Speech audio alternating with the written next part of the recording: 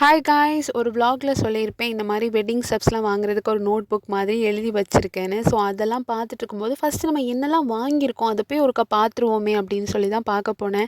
நம்ம தான் உள்ள புது துணியெல்லாம் இருந்தால் அதை பார்த்துட்டு இருக்கும்போது என்னென்னலாமோ நோண்டிட்டு இருப்போம்ல. அப்படி பார்க்கும்போது எங்கள் அம்மாவோட வின்டேஜ் கலெக்ஷன் saree எங்கள் அம்மா எனக்காக கொடுத்துருந்தாங்க பிறகு உடுக்கிறதுக்காக. அதை தான் பார்த்துட்டு இருந்தேன். அது பார்த்தீங்கன்னா ஃபுல்லாக செக்காக இருக்கும். இப்போ நான் வந்து காணிக்கிறேன் பாருங்கள். அதை விட டபுள் மடங்கு அது வந்து ரொம்ப பிரைட்டாக இருக்கும். யாருக்கெல்லாம் செக் saree ரொம்ப பிடிக்கும்னு சொல்லுங்கள். இது அந்த டைமில் 1990ல் எடுத்ததுன்னு சொன்னாங்க. அப்போ அரௌண்ட் 3K இருந்துச்சுன்னு சொன்னாங்க.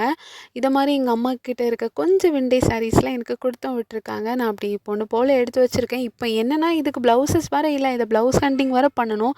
நீங்களும் இந்த மாதிரி கொஞ்சம் சாரீஸ் இப்போ உள்ள பிரைட் டு பி யாராவது இருக்கிறீங்கன்னா அம்மாவோட விண்டேஜ் saree ஏதாவது எடுத்திருக்கீங்களான்னு கமெண்ட் பண்ணுங்கள். இதுக்கு ஒரு ஸ்டோரி கூட இருக்குது.